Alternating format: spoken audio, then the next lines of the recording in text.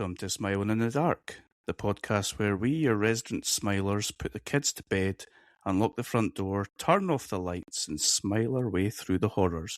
One theme, one subgenre, and one sleepless night at a time. I'm Ross. I'm Adam. And this opening season, we're going to be focusing on the films that invented some of our favourite horror subgenres. So far, we've tackled vampires with Nosferatu, and the psychological thriller with Psycho. Today we're looking at a bit of a different subgenre of horror. It's when nature attacks, and we're going to be discussing, Adam, Jaws. A classic. It is a classic. 1975 was Jaws. Shall we get right into it? Let's dive in. Yeah.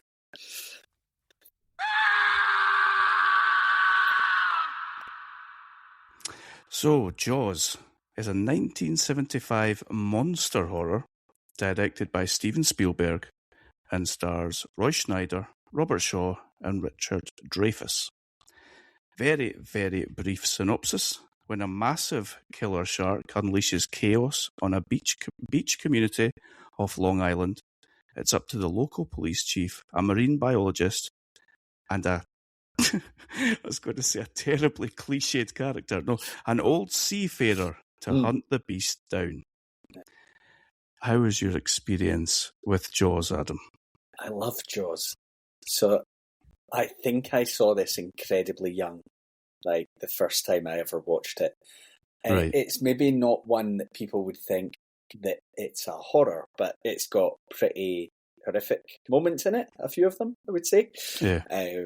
But I think it's one where, like, when I was young, my parents were never that worried about the idea of me watching this. And then, there's a leg and a bloodbath and stuff like that. So yeah, I remember that. I don't think I've ever watched and not enjoyed this film. Really? What about you? Yeah. Do you think you've watched it quite a few times? I would guess probably 7 or 8 times. Wow, okay. Which is quite a few. Probably, I think we'll maybe hit on one film when we're going through this journey that I've maybe watched as many, maybe more times, but not many of them. Wow. I think this is just one, again, we said this was Psycho. This is one of these films that you just think I must have watched it at some point. I've definitely seen Jaws before, maybe a couple of times or something, but I just feel like I would never put it on to watch. I would never pick it to watch. If it was on TV, I would skip past it. But I have to say, like, it's just brilliant. Really, really. There's a reason it's a classic. It's great. So we'll just sort of talk through it and we can jump in with our different thoughts on things. Yeah. It's a funny film from the point of view of a structure of how you look at a story, because in a lot of these subgenre starters or whatever, you would think that they follow quite like a blueprint of something that you expect to see throughout film. And we talked about that with Psycho. It doesn't really feel like that. It almost felt like sort of meandering with bits and pieces. And with Jaws, I think we've got similar, because I feel like Jaws is almost split into 2 different films. You've got before they go out onto the water on the Orca, and then after. Yeah. You've got everything that happens sort of round about the beach and the town, and then, like I say, when they get out on the water. Yeah. And it's almost like 2 different films.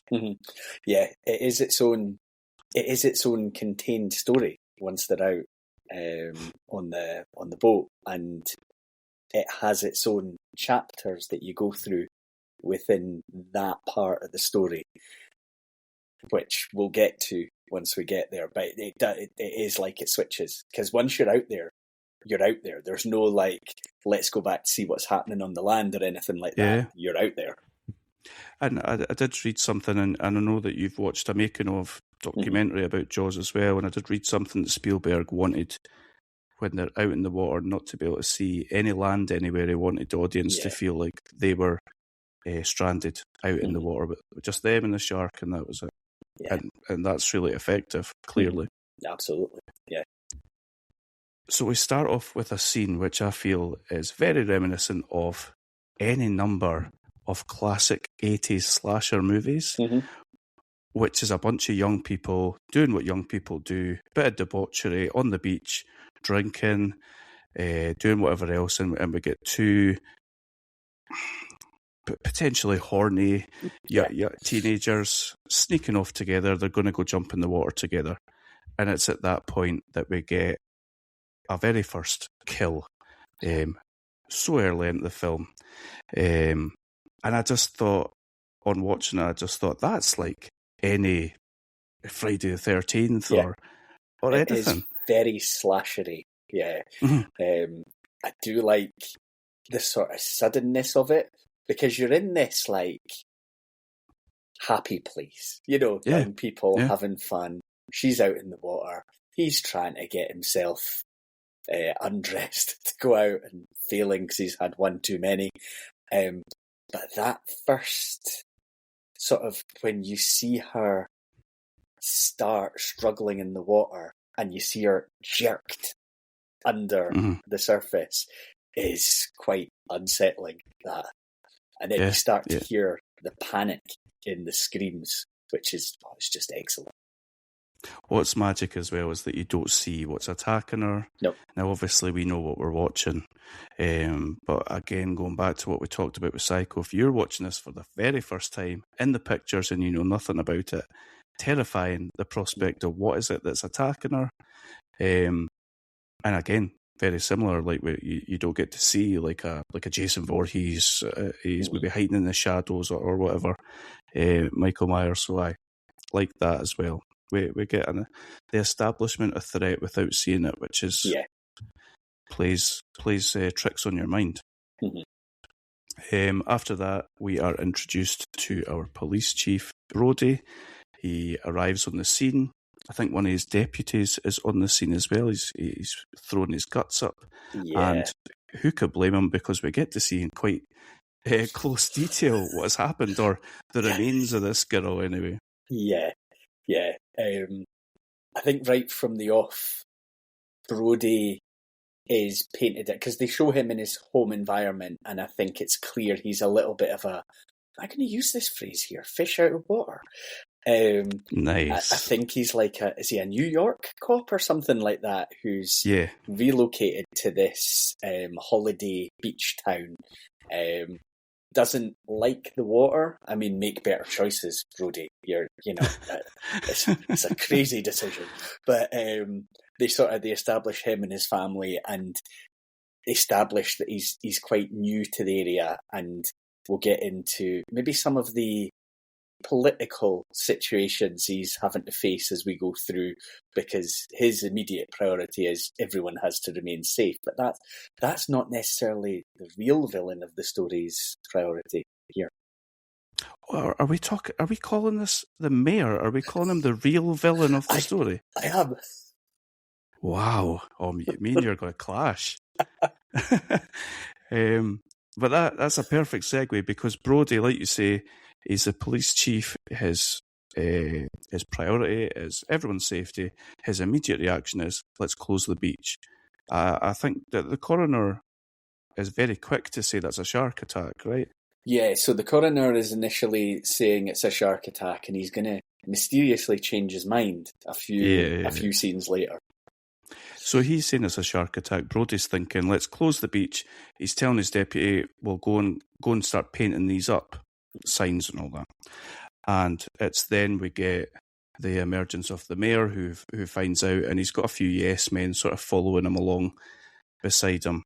And he basically strong arms Brody into rethinking this. You're not from around here. This is our summer. This is our moneymaker. This is how this town sort of gets along. There's no way you can close the beach.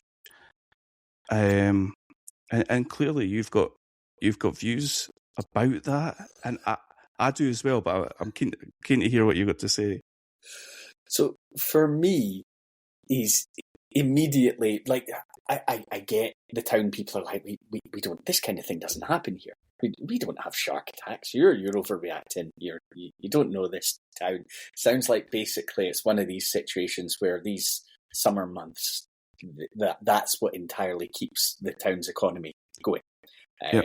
So there's a lot of businesses that are going to be negatively affected. The mayor, I think the reason that I have the beef with the mayor is this, what would he be, coroner, changes his decision about what could have caused this to this girl that's been, chewed up into pieces.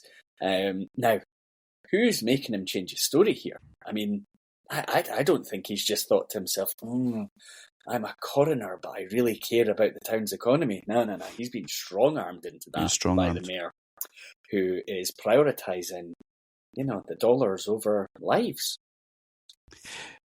At that point, it's easy to argue that is what he's doing because of what then goes on to happen.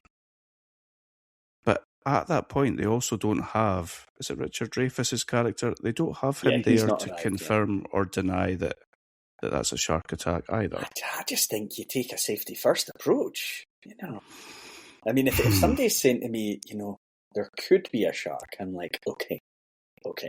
Let's work on the assumption then that there could be a shark. That's a fair point. A gigantic shark, like nobody has ever seen before. Yeah, it's very unfortunate for the town that this has come along right as they approach 4th of July weekend. I appreciate that. I don't think at this point, if you're watching this in the cinema, I don't think let's say you're an American audience and you maybe live in a coastal town. You're probably not thinking that this shark is going to be the size and the man-eater type that it is, because we'll actually get to see a few scenes later a shark they catch, which looks bad enough to me as it is. If I see that massive shark and I'm swimming around, I'm like, I am in a world of trouble. Close the beach. But unfortunately for everyone, this isn't the kind of shark we're dealing with. The shark we're dealing with certainly unlike anything they've seen there, but I think also once they do get is he a marine biologist that arrives on the scene? I've got oceanographer, but I don't know. Okay. That I don't think he's ever face-to-face or close-up seen this kind of shark before either, so they've got very unlucky. I appreciate that. I just would have put a lives first approach until we knew what we were dealing with. And that's fair. I think that's fair. But what I like about this mayor guy, he is not the main character. What I like about him is that it could have been very easy for him to be this over-the-top, twirling moustache villain. But really, all he's doing is trying to safeguard the town, people from losing jobs, that sort of thing. He's trying to ensure that the financial gain that they're going to make during the summer continues. And let's not be too hasty. And I think it could have been really easy just to make him a proper over-the-top, hamming it up villain. And he's not. He's just, yes, he comes across a little bit slimy, but he's a sort of three-dimensional character that's got, his thoughts aren't evil. His thoughts are, I don't know, thinking about things from a different perspective. I think I got more annoyed with him at a scene that's coming up soon, because we're going to have it really rammed home to us what the extent of this danger risk is with the poor boy on the raft.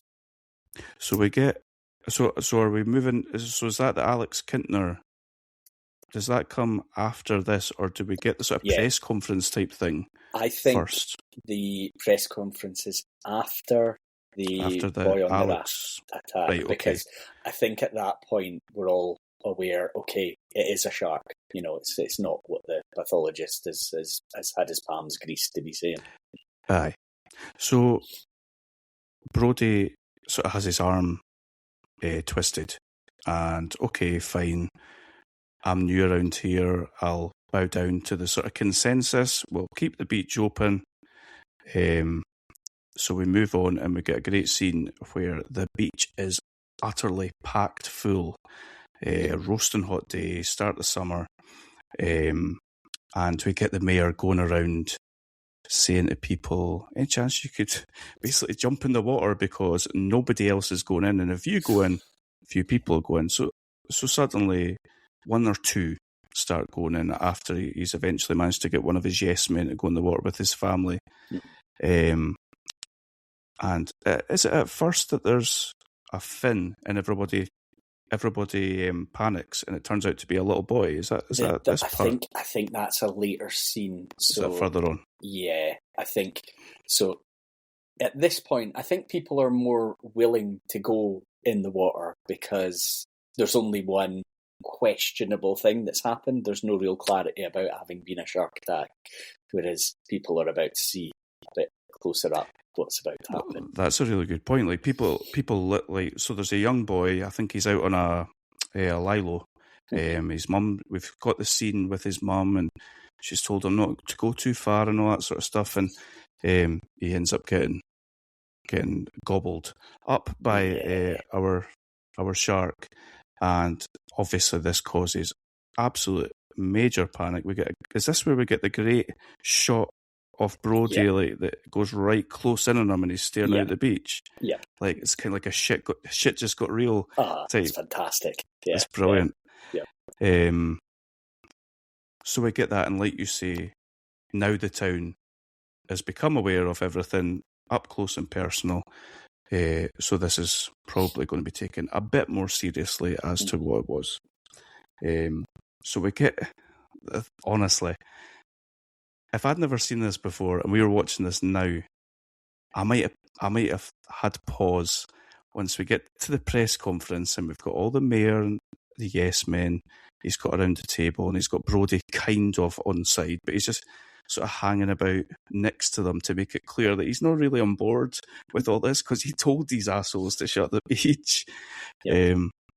Everybody goes quiet and this voice just starts talking. And honestly, I felt like I was watching Family Guy or something. Oh, yeah, I've seen many a shark like this. This old seafarer with his tails. He just needed like the wooden leg or something like that. He does. He introduced himself by doing the nails scratch down the blackboard, and I think he has drawn a shark on the blackboard, like in the water. And there's like you get the sort of the mixed reaction of the townsfolk. Some who are like, I cannot afford for this beach to be closed. We'll go out of business. And then there's one or two other business people that are like, I don't think this is safe. I'm worried. And then I think I forgot to put the nails down the chalkboard. Sorry, that's class. I think Brody is explaining to everyone that the beach will be closed, and then when the mayor hears the reaction of the people, he says, only 24 hours. I have only agreed to close the beach for 24 hours. That's right. Brody is immediately like, I didn't agree to that, but nobody can hear him over the top of all the reaction. And I think this is also the point at which they offer a reward for any fishermen that can go out and catch the shark.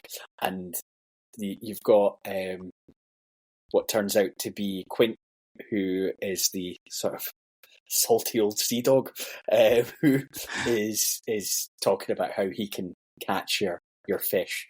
But then, it's basically open to anyone, and we're in like a seaside town. So some people who are, at this point, blissfully unaware of the size of the shark are just going to be planned on going out in their little boats. Yeah. Basically, everybody and their granny's going out with their wee harpoon. They're going to, I think they offer $3,000 maybe. That's right, yeah. And Quint, who says his piece and walks off, I think he's looking for 10. Yeah. He wants more, and they're at that stage not willing to do that. Yeah. So we get this, so like you were saying, they offer this bounty. We get a great scene of like everybody, like I say, everybody and their granny jumping out on their boats. It's during this chaos that we get introduced to Hooper, who is looking for Brody, introduces himself as this oceanographer, and we get a catch. We actually get a catch. One of the local townsmen has caught a gigantic, what I believe turns out to be a tiger shark. Yeah. But it's huge. And they get hung up and they're celebrating. You've got the paper there. Brody's, he's the cat that got the cream. He's delighted. Yep. And it's at this point that we get Alex Kintner's mother approaching Brody right in front of everybody during the happy scene, and gives him a slap. And poor Brody, she says, you knew there'd been another death, and he did know, and we as the viewers know, but we also know the difficulties he's went through to try and fight against what's happened. So that's a shame. It's brutal. Yeah. Alas, this shark, the celebrations about the shark doesn't last for very long, because Hooper and Brody do a little bit of bonding over a glass of white wine for Hooper, a pint of white wine for Brody. They head out and cut this tiger shark open, and it does not turn out to be our shark. What's with just going out on the boats pissed? I mean, Hooper, I think at that point when they're out, he's going to get out of the boat. He's going to... Oh, my God. So they encounter a boat that is, I think Brody knows whose boat it is. Who it belongs to. Yeah, and Hooper, despite them having been on the booze that night, it's pitch black. He's going to get out and check out this boat. And he goes under, and then the head of the dead guy, whose boat it is, just sort of drops into the window on the boat, which is horrendous. It got me. 100% got me with the jump scare. Nice. It's a funny thing because, like I think you said earlier, like this isn't a stereotypical horror, but then so you're not expecting jump scare, and then it comes and it is brilliant. Yeah. I think much as you maybe wouldn't see it as a horror, there's a lot of horror films took a lot of our horror elements from this film, without doubt. Definitely. So I would say that that's probably the end of our first half of the film. Yeah. We get a decision. Eventually, Brody's got the okay. He's got the signature to pay Quint to. And it feels like Brody's really clutching at this. And like, if he can get them to agree to it, the shark's basically already gone. Yeah. All all of his problems will be gone, sort of thing. Lest did he know that the sort of character that he was going to be dealing with. But yeah, I think that takes us to the end of the first half of the film. In the second half, we can talk through, but how do you feel about that first half, the way that all these characters have been put together and it's built from where we got to that first attack to here we go, we're going to go out and hunt this shark. Yeah, I enjoyed the setup in the first half. I think you do have the bits of the characters that you've seen so far. You've got obviously Brody, who this isn't natural to him. He's not used to dealing, I think, with the sort of small town community people, but also B, dealing with a shark problem. This is not something he would have had to deal with in New York when he was a cop. That's true. And then I think you've got the sort of there's a scene before we go out to sea before this, because the beaches are open for 4th of July weekend.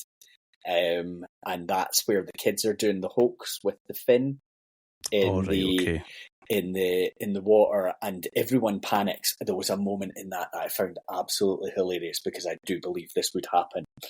There are adult males shucking kids out of the way to try and get themselves to safety on the shore. They're just like shoving them out of the way. Turns out to be a hoax. But what is happening, which is going to add a sort of layer for Brody, is his son is in, I think they call it the pond, so it's an area of the water, with his friends on a boat. And the shark is going to turn up in that pond area, and I think it knocks over a guy who's on a rowing boat, who's trying to, tell the kids to watch themselves and be careful and all that. It gets knocked over, and then Brody and others are running to go and see what's happening. But Brody, all the while that he does this, I think this happens 2 or 3 times, he's terrified of going in the water. Like, even really shallow water, he's terrified of going in. And when it's his son, he's sprinting as fast as he can, but he's not jumping in the water. He's got this fear of it. I think it turns out all the kids are okay from that moment, but I think the guy in the rowing boat is not. I think he ends up being victim of the shark. And it almost felt like a bit of a, this is kind of personal now for Brody. Like, his son was in the water when there was an attack going.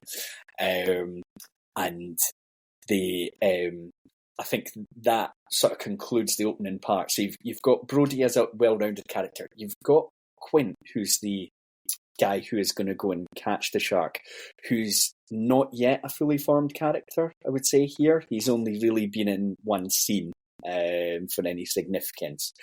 And you've got to know a little bit Hooper, who is the marine biologist, who is, I imagine we've all met these guys in all lines of work.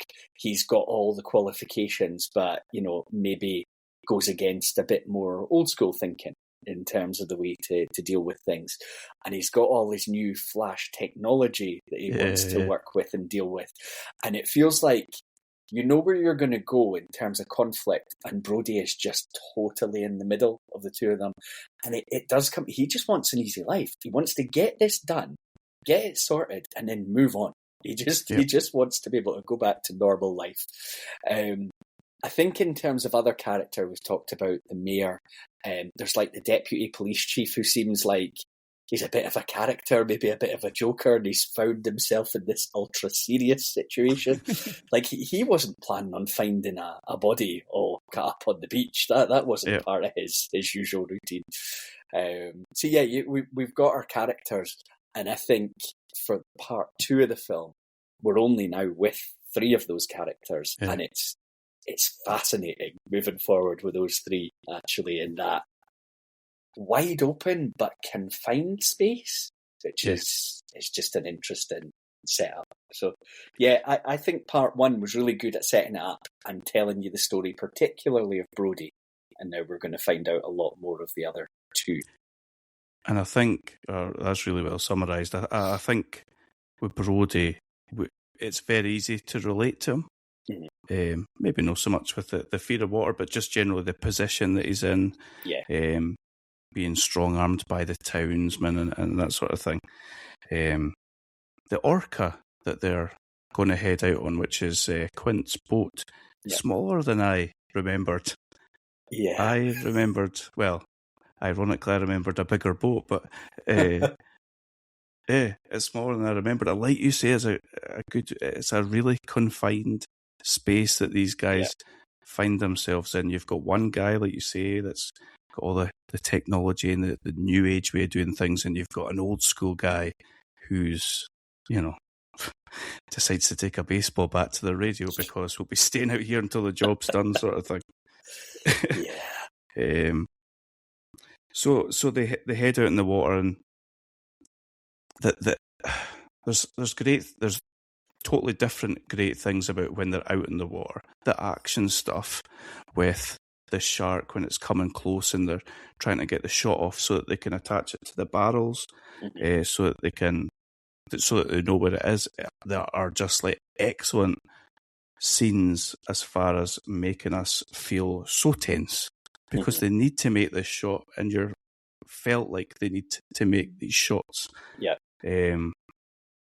And compare it and contrast that with the scenes at night when things get quiet and they start to get to know each other a bit better, and all these sort of ego related things are put to bed, and they're just 3 men sitting around a table with a sort of shit task on their hands, but they're all coming together. It's good stuff. I think the stuff, so when we're going through some of the early sort of action sequences, and they're trying to get the barrels attached, obviously Quint and Hooper, to an extent, know what they're trying to do, know what they're trying to achieve, what the objective is. Although they clash at times, like I think Hooper spends some time trying to get, it's maybe like a tracking device or something like that attached to one of the barrels.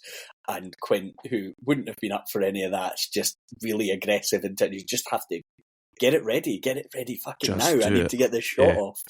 And then Brody kind of being ordered around because he doesn't really know what he's doing. He's just trying to be functional on this boat, just trying to, he wouldn't be the guy to come up with a plan for any of this. And him, right from the off, being stuck in the middle of these two and at times thinking he's going to have to try and play peacemaker here because they're not going to get on, the other two. It's so, before you've even seen them next to each other, you know that Quint and Hooper are not going to get on. And then they're stuck on this boat out at sea, and they have to come together. And I think when we go to, is it before we get to night? It is before we get to night that Brody sees the shark for the first time. So he's chucking the meat out off the side of the boat to try and entice the shark. And he's initially looking away, just putting this out, and then he sees the shark, and his reaction to that is absolutely fantastic. Yeah, absolutely.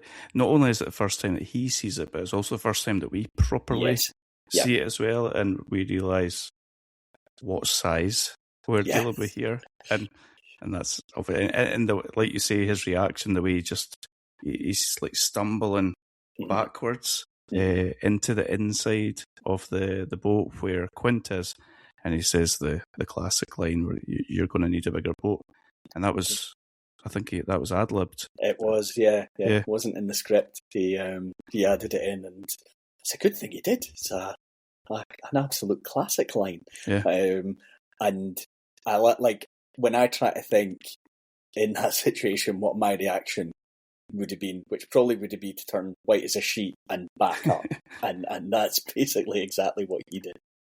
Yeah, oh, that's brilliant. He's such a good actor, isn't he? Yeah, I don't really know. Like, I couldn't name other things he's in, but he'll have been in some other high-profile things, I'm sure. I couldn't name them, but yeah, he's very good. They're all very good, but in very different ways. Aye, that's a really good way of putting it. I agree. We get I think it was considered a classic scene after this, when the guys get together at night and they're sharing a drink and sharing stories, and they start to bond a bit over sharks, basically, and Quint and Hooper, you see them come closer together and they're comparing bite marks that they've got, and they're having a good laugh, and then things get very serious very quickly, and Quint begins to recall a story of his, and I've got some details about it here. It's a true story that he told about the USS, being on the USS Indianapolis, which was delivering parts of an atomic bomb in 1945. Around 900 of over 1,000 men survived the bombing by a Japanese submarine, but only 316 of them were eventually rescued after shark attacks after the bombing. I don't know if those are the exact details that he says in the film, but that is the incident that he's talking about, and things get real very quickly when he starts to go into that, because you can see Hooper looking at Brody as if to say, like, we were having a laugh, and now what's this? But like, you can't say anything because he's away, he's gone.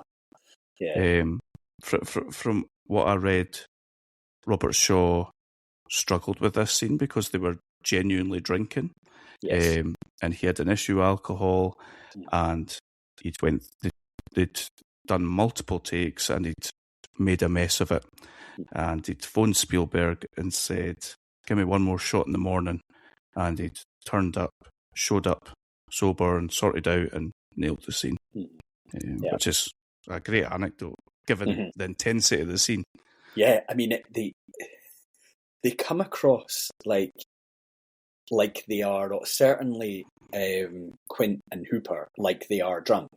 Like they do very good drunk acting. I think drunk acting is supposed to be really difficult because it's too easy to go over the top with it. Aye, absolutely. And to know that Robert Shaw was an alcoholic who was battling with it, to then do such a good job when he kind of finally was sober, to actually act drunk as well as he did. And I thought that Richard Dreyfuss as Hooper, like in a he's the character is a completely different kind of drunk to what Quint is. He's more a sort of happy-go-lucky drunk type. But I thought they both did very well. And at that moment where he's been telling the story about having been on that boat, it's interesting. I caught that look as well, the Hooper look to Brody, when he's like, the whole mood in here just took a bit of a shift.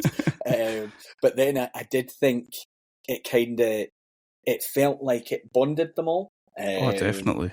And you've kind of, once you re-arrive with them in a moment of tension, which is what's about to start pretty soon, that they're more bonded together than they were before all of this. Yeah, I agree. And they feel a bit more like a joined-up team that's here to do a job together and got better understanding each person's perspective. Yeah. Okay, from there we get... Oh, is it at this point we get Hooper going down... Well, after this we get Hooper going down into the water in the shark cage. Yeah, so they're gonna kind of be shocked a wee bit back in action when the boat starts getting hit. In the middle of the night? Yeah, and then water starts coming in to the boat. So they know that they're in a bit of trouble here, which might be just before Quint decides to smash up the radio, because I think Hooper's thought is, okay, we're in trouble here, and Quint's like, yeah, but we're in trouble. We're not, reaching out to anyone for help. We get through this. Like, Honestly, when he creeps up behind, it's a great perspective because you see him creeping up behind with a baseball bat. I thought he was going, and I think that's what you're supposed to think, that he's going to crack Brody over the head, but nah, he just smashes up the radio. Yeah. So Brody has not Brody. Hooper has his idea of going down into the shark tank, into the water, balls of steel. This man, and he's going to try and hit it with a dart to get it. And I think he even says they're not going to be able to shoot it. He would have to actually get it to open its mouth and do it. Which is just like, what are you doing? Like, have you seen the size of this thing? So we get this happening. Immediately the shark's on top of him, smashes up the cage immediately. Yeah. We get, I think they use footage of a genuine shark attacking a shark tank. They did, yeah. Which is very effective. Bloody terrifying. That is brilliant. Thankfully, Hooper manages to swim off and hide somehow. I thought he was a goner. And then, it starts like chewing up the boat. The shark. Yeah. Proper. So, again, we get a great sight of it, and even just the front of it is like almost like a quarter of the boat. Mm-hmm. Yeah, because it mounts the back of the boat. Basically, it's done a bit of damage, so the boat has started to just sink a little bit, and it's able to mount the back end of the boat. I think this is one of the moments. So Spielberg had real problems trying to get the mechanical sharks that they were using. I think there were 3 of them. To look the exact way he wanted them to look, and also to function the way he wanted them to function. So a lot of the reason why you don't see a huge amount of the shark until critical points is that he didn't like the way it looked. So in these early attacks, he decided, well, actually, maybe what you don't see is the scarier thing, which I think was the absolute right call. 100%, yeah. And to limit the full-on visual of the sharks. You see it coming out of the water when Brody's putting the meat out the boat, and then when it actually mounts the boat. I don't think anyone would have thought this at the time. I think people would have looked and thought, that looks incredible. But looking at it now, you'd look at it and think, it's not the most convincing looking thing that you've ever seen in your life. But you still wouldn't want to be, dropping anywhere near its jaws as it's opening and closing those. But yeah, I think Quint is going to be the one to succumb, as it's basically just mounted. It's opening its mouth, and because of the angle of the boat, he is just slipping right towards it with nothing he can really do about it. There's nothing he can do, and you really feel for him. I really tense at this point, and he just gets his legs go inside the shark's mouth, and it bites down on him. It's down on him, yeah. Oh man, I mean, I think the guy would now wanted it any other way. That's the thing. Like, there's a point in this, and obviously smashing up the radio is maybe one of these points. I feel like he has made a decision of pretty much, this is how I go out, and if I can do anything that's going to try and take the shark down, then great. But he's decided it's him or the shark. There's no leaving the scene for him. It's brilliant. I like that. I never really thought of that. So, yeah, Quint is a goner. Brody has had an idea about the gas canister, I'm fairly sure, earlier in the film. He did. Or he asks about it or something. We get reference to it. Yeah. So if you've watched 4 or 5 films before, you know that it's got to come back into play at some point, which it does. He manages to ram it into the shark's mouth. He starts to shoot at it, I think, with a handgun maybe, and the shark sort of takes off. Yeah. And as it does, we sort of get into the culmination of an epic shot of it coming round the corner. Brody gets a couple of shots off, and it's getting closer and closer, and then he just hits the kill shot, and it's just loads of meat flying up in the air. It just explodes. I love the line, smile, you son of a bitch, as it's getting closer, because he just needs the shark to open its mouth as he's shooting it, so that it can try and shoot the gas canister. But yeah, the explosion of just flesh all over the place is it's brilliant. And at this point, I imagine watching this for the first time, you're not quite sure what to make of Hooper. We've seen Quint get killed, but Hooper escaped from the cage, but you could easily be thinking, well, we've definitely seen the last of him, because how can he survive just out there in the water? He appears from the back of what remains of the boat, because at this point the boat is sinking fast, calls upon Brody, who is delighted to see his friend is still there, and they just gleefully paddle back into shore. Brody has suddenly got over his fear of the water. I think he says something about, do you think I was scared of the water, or something like that, he says. And that is end credits. There were a few things I mentioned. This is one of the few, if any others, films we'll talk about where I've actually read the book. So in the book, Hooper sleeps with Brody's wife that night when he's there for dinner.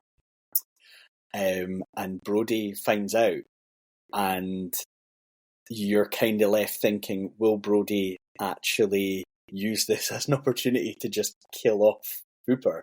Because they're at sea, he's still got a gun. But in the book, they do both survive it. And I don't think Brody ever mentions it. I think he just kind of keeps it to himself. So they left that out completely. I'm glad. Yeah, I think so. Yeah. And there were a few things I picked up from that documentary that I mentioned I watched. So Steven Spielberg is he's directed a few things, but this is by far at the time the biggest budget film he's ever directed. And the film was very nearly shut down, and he was very nearly removed from it because the budget for it started at 3.5 million, and it had grown to 9 million without it being completed, which was a big deal at the time. And apparently a big issue with it was the mechanical sharks. So there were 3 of them, but I think where they were built on location, they were designed to work in fresh water, but they wouldn't work in salt water. They kept clogging up. So pretty big mistake there. And in the end, Spielberg didn't like the look of it anyway, so you didn't see a huge amount of it. They also talked about Robert Shaw and Richard Dreyfuss like genuinely disliking each other all the way through the filming, and most of it being linked to like it's kind. The actors were kind of similar to the characters. So Robert Shaw was a drunk, and that sort of viewed lack of professionalism really irritated Richard Dreyfuss when they were filming. And Richard Dreyfuss was a cocky young bastard, and that really irritated Robert Shaw. And I believe that what's his name again? Brody. Roy Schneider. He legitimately felt like he was in between the two of them loads of the time. So, like, as an actor... I wonder how that translates to... That must translate to the screen somewhere. Yeah. So that's great. There were some issues between the two of them. I read of an incident where Shaw had proclaimed that he wishes he could just stop drinking, and Dreyfuss grabbed his drink out his hand and launched it into the sea. Yeah. I'm sure that went down well. So it's funny how the characters kind of leaned into the reality between the cast members. But yeah, I think I think it was generally really well received at the time. And again, I don't imagine an audience in 1975 is going to be looking saying, I think that shark looks a wee bit shonky. I don't think that would have happened back then. But I think it's quite easy to look past the shark, actually. Mm-hmm. I don't know if I was just giving it the benefit of the doubt because I was really enjoying it, but I genuinely think it's quite easy to look past, especially because, like you said, you don't see it a lot at all. Yeah. In that documentary, they spoke to the guy who came up with the sound effects. So sound effects noises for the shark appearing are iconic. It's almost there in place of you getting a good visual of the shark. Oh yeah. Is this John Williams? Yes. Yeah. So apparently Steven Spielberg asked him to come up with something. It's like it has to be ominous, it has to be dread and all that. And John Williams said he struggled with it, and he was trying to put it together, and he kept sending Spielberg stuff, and he was right at the point of thinking, this doesn't seem right, it doesn't feel right. And then one of the things that he said to Spielberg that he thought was a bit of a throwaway, just this was nice and easy, what do you think of this? And Spielberg was like, that's it, that's the sound, that's exactly what it needs to sound like. So they kind of just fell into what became the sort of central point of the antagonist in the film, which is incredible. I mean, for it to get as far in without ever really seeing it, but just hearing that noise and knowing what was coming, it's brilliant. Yeah. Very similar to Cloverfield, where you don't get to see the monster. Yes. That's an inside joke, unfortunately. It's a wee bit, yeah. Yeah, it's crazy we've got through this far talking about Jaws, and you've just mentioned the score there, but it's another character, basically, isn't it? Yeah, fantastic. Do you have a favourite scene from this film? There's a few I like. So I like the pan-in close-up on Brody on the beach when Amazing. He just clocks that a shark attack is happening.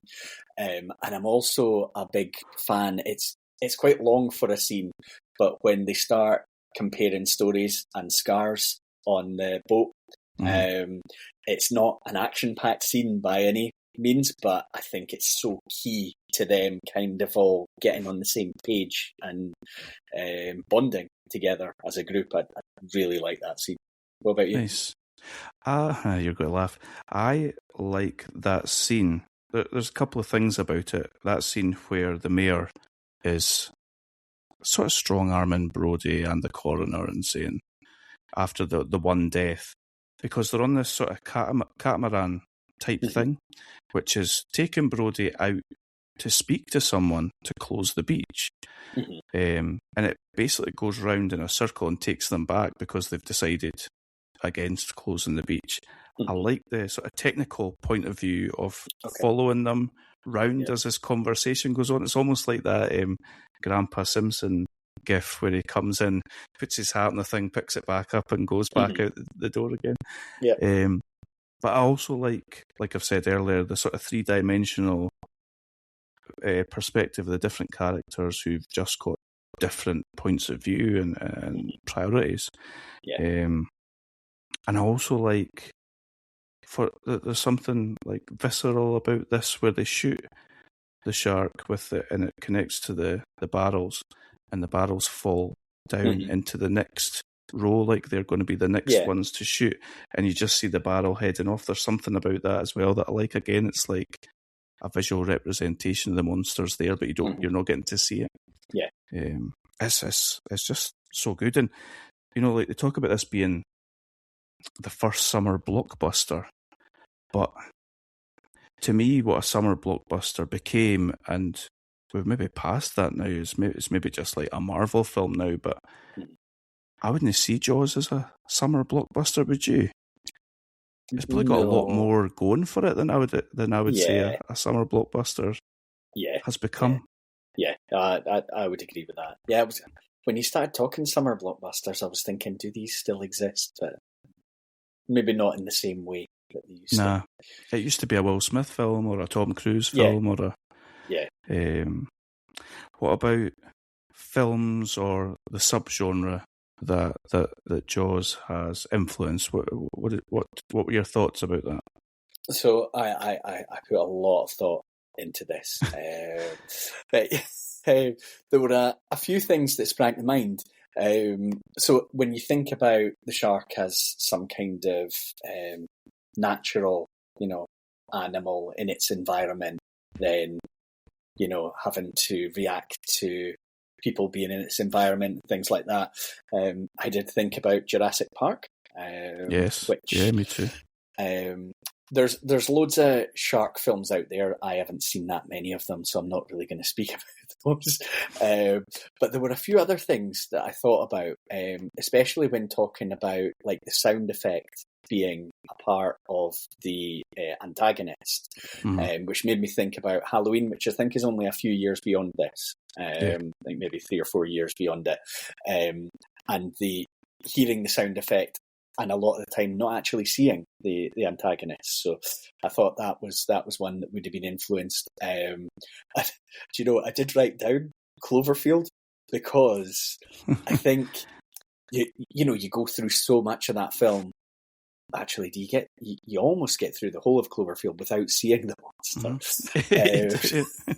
And in Jaws, the actual visuals of the shark are so limited as you get through it. And I think tapping into that thing that Spielberg did say about a lot of the time, it's what you don't see is scarier. And I totally get that.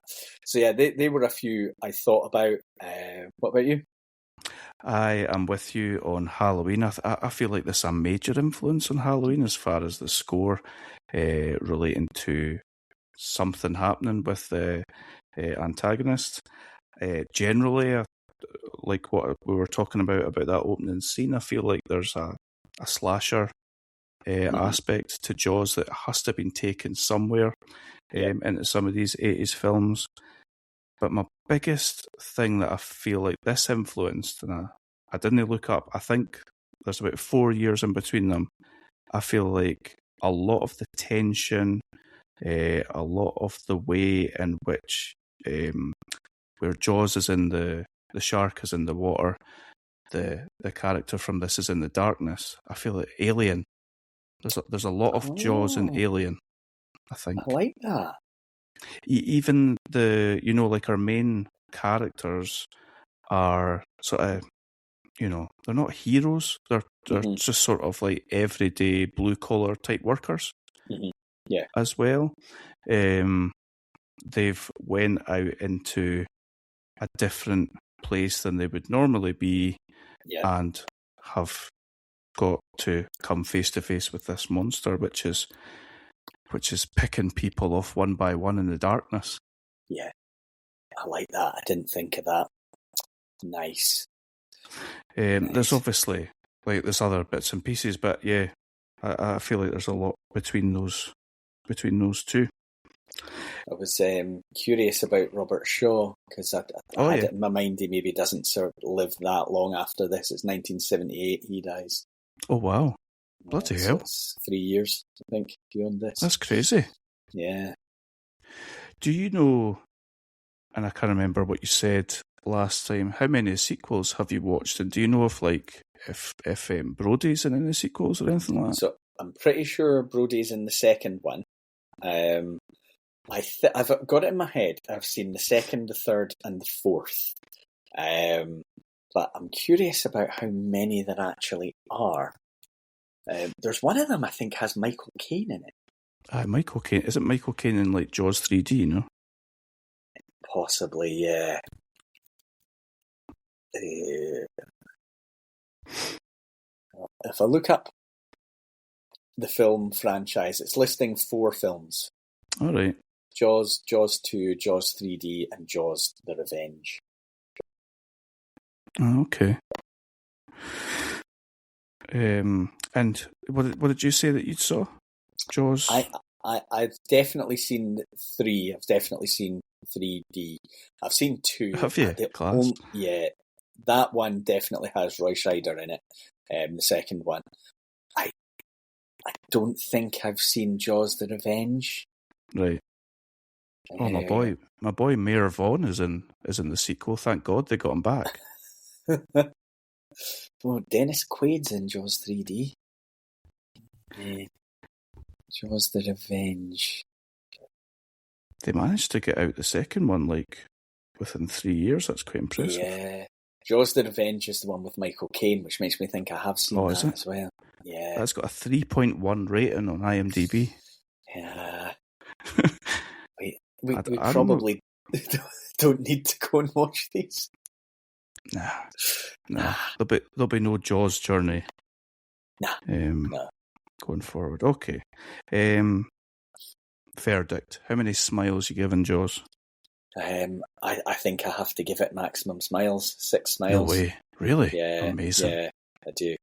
What if I end up just scoring them all really highly? Does that not devalue everything that I've said?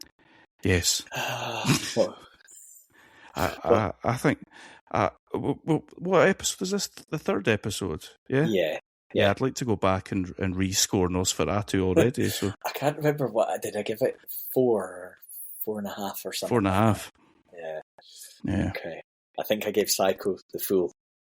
I think I gave it 6. I think we both did. Yeah. Listen, if you want to give Jaws 6 smiles, do it. I'm doing it.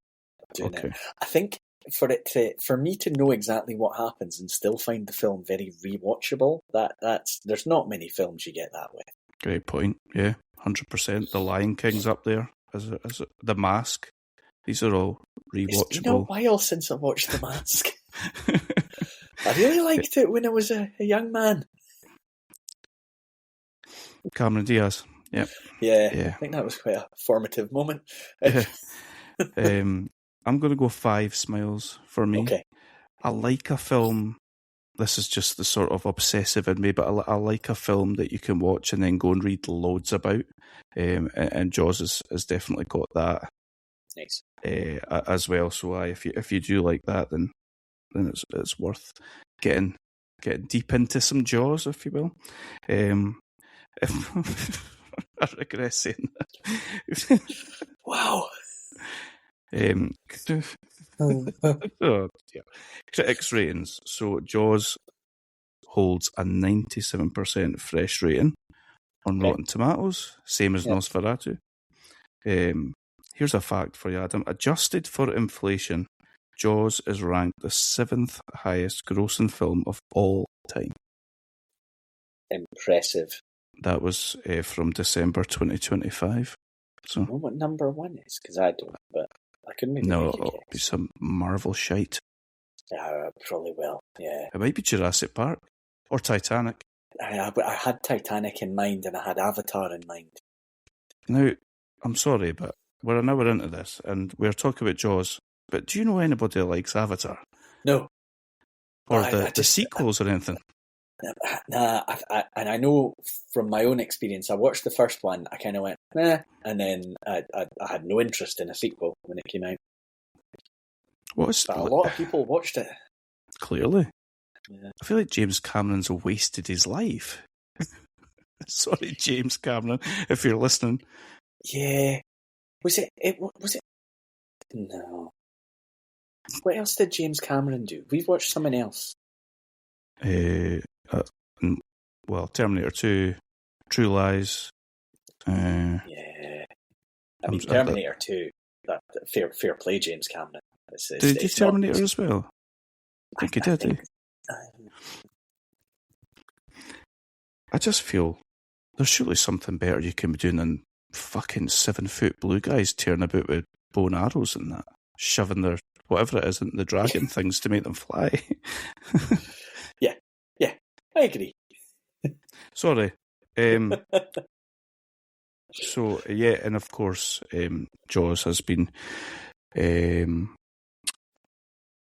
said to have birthed the summer blockbuster as well, something that obviously Steven Spielberg became known for as well. Yeah. Our boy Roger Ebert said about Jaws that Jaws is a scary thriller that works all the better because it's populated with characters that have been developed into human beings we get to know and care about. And to me, that is the heart of the story. Our boy Ebert nails it again. Yeah. It's just very well done, isn't it? It's probably a good thing they stuck with Spielberg and didn't fire him. I'm not sure. I just imagine somebody else going in and saying, let's just use all these mechanical sharks and we'll show them in every scene. Yeah. It probably takes quite a steady hand to be able to say, you know, that sort of nuanced way of saying, like, what was it you used, the turn of phrase you used? The fear is in not being able to see it sort of thing. Yeah. I can't remember exactly what I said, but that was the gist. Yeah. I think when I was watching this, I was thinking, I can't imagine, in terms of the three central characters, I can't imagine anyone else really playing the roles. It's one of those films where I think they got it just right. And even if, I wonder if there being a bit of real tension maybe helped in terms of the performances. You would think it would. But yeah, it's not to say they all became like legendary, everything they're in's a huge hit. They just got it right with the mix of the cast. 100%. Here's a question for you. Did you feel anything for the shark? Yeah. Like, I in my mind, by going out in the sea, you're kind of going into the shark's environment. And like, yes, you probably shouldn't be eating people. I get that. I do get that. But you probably shouldn't be. The shark's trying to survive, and it's seeing, the opportunity to eat, and it's taking that opportunity. I did think that they explain that type of shark isn't maybe natural to those waters, and I'm thinking, poor thing's he's got turned around somewhere. He's got a wee bit lost. I think if you go through the sequels from my memory, it gets a wee bit harder to root for the shark, because doesn't it follow Brody somewhere else? Yeah, and the thing is, this shark has died, and it's like the other sharks trying to get revenge for what happened to this shark, and it becomes a wee bit like targeted. It's not so much I'll eat these people because they're here. It's more I am going to seek out these people. Fucker. Yeah. That's brilliant. Uh, Yeah, I felt sorry for it. I weirdly felt sorry for it when it had, like you described it, mounted the end of the boat. Mhm. And I just felt, it just looked like, almost like it was helpless and it didn't really know what it was doing and it was just mhm. doing what a shark's supposed to do, sort of thing. And I Yeah, thought, just that's really just sad. working on instinct. That's Aye, all it's doing. Yeah, yeah. poor Bruce. Okay, that was good. That was good fun. I do question, having talked through it, if Jaws is horror. To be honest, Yeah, I felt when I watched it that it was, but now mhm. that we've talked through it, I'm not sure. I think you get the a couple of jump scares. You get the head on that boat that Hooper finds. You get the shark just appearing in the water when Brody's putting the meat in, which is, it's maybe more you're experiencing that jump scare through him rather than on your own. Yeah. But yeah, I think you could class it more as thriller than horror, really. It does something that good horror does, though, and that's build the story around like really good fleshed out characters. Mm-hmm. Yeah. I think the best horror, regardless of what is the big bad or anything like that, gives you people to root for and Yeah. to relate with as well. So Yeah, I've a long time been a big fan of slasher films, but you do get often, especially the bad ones, you get the frustration of, well, I didn't really care about any of these characters because they didn't do anything to give you a chance to relate to them or sympathise with them, and it kind of becomes about the entertaining kill rather and that's than fun. That's fun as yeah, well. yeah. 100%. But yeah, it's something I don't think they try to do as much now with a lot of modern horrors is give you a really rounded character. Yeah. Just to finish us off, have you been watching anything else beyond Jaws recently? So, wife and I watched a film on Saturday night called The Housemaid, which was kind of creepy in its own way. It was okay. Right. It was entertaining. So that was, I think it's fairly new out. And yeah, some very well known names and faces attached to it. But Chests. yeah, no comment. But yeah, it's worth a watch. It's entertaining. It's not a classic, but it's entertaining, and it has that little bit of maybe misdirection that a lot of good films have, which is nice, good. Yeah. What about you? I watched something the other day there called American Sweatshop, which was horror adjacent, I suppose I would say. The main character works in like a call centre type thing, but their job is to monitor things that get put on the internet, and they can accept or delete them if they don't meet the rules. Right. She sees something that sticks with her and she becomes really obsessed with it and she wants to get to the bottom of it. It's quite dark, the thing that she sees. I enjoyed it. And I also watched Blade Runner 2049 for the first time. Oh, I've never seen it. Have you not? No. You like Blade Runner, don't you? Yeah, big fan of the original film. Yeah, I would really recommend 2049. Okay. Yeah, it's one of those, and I quite often get this where a film is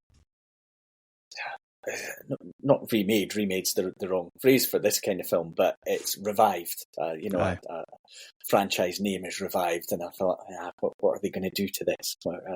Is it still going to be good? But I do remember it getting quite positive reviews, actually. Right. I think I'd done the same. I think I'd thought, I really want to see this, but if it's disappointing, I'd be gutted, sort of thing. It's really good. It's really worth the watch. Okay, I will definitely add that to my list. I still like.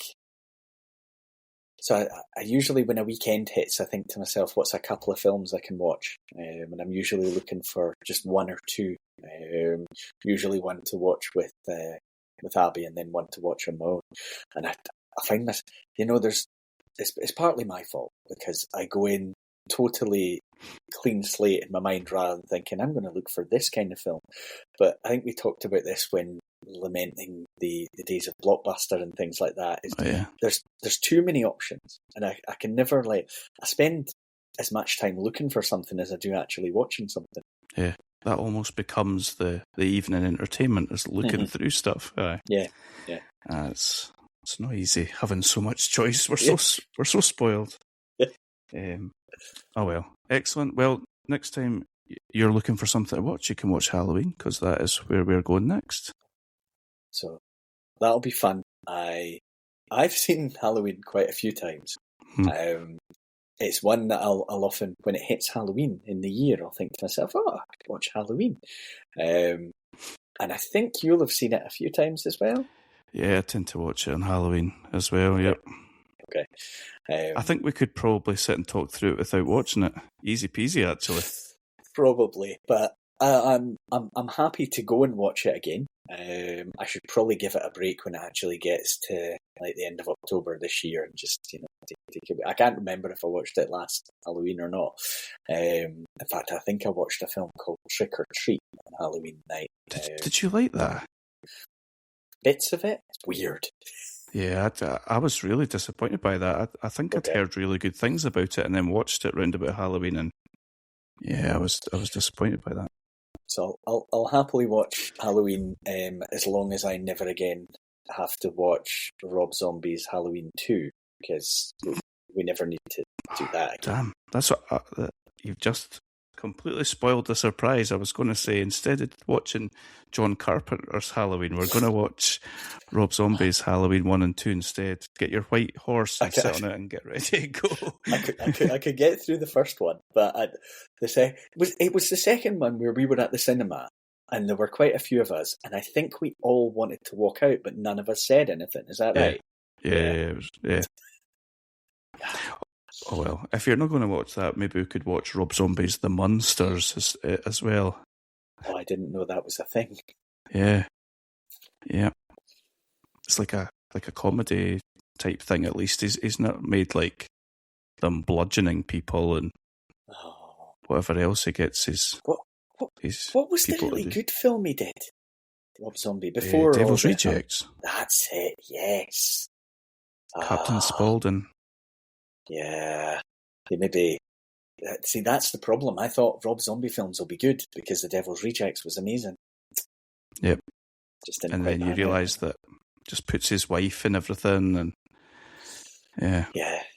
Maybe once we do our hick-exploitation journey, we could get into some Rob Zombie.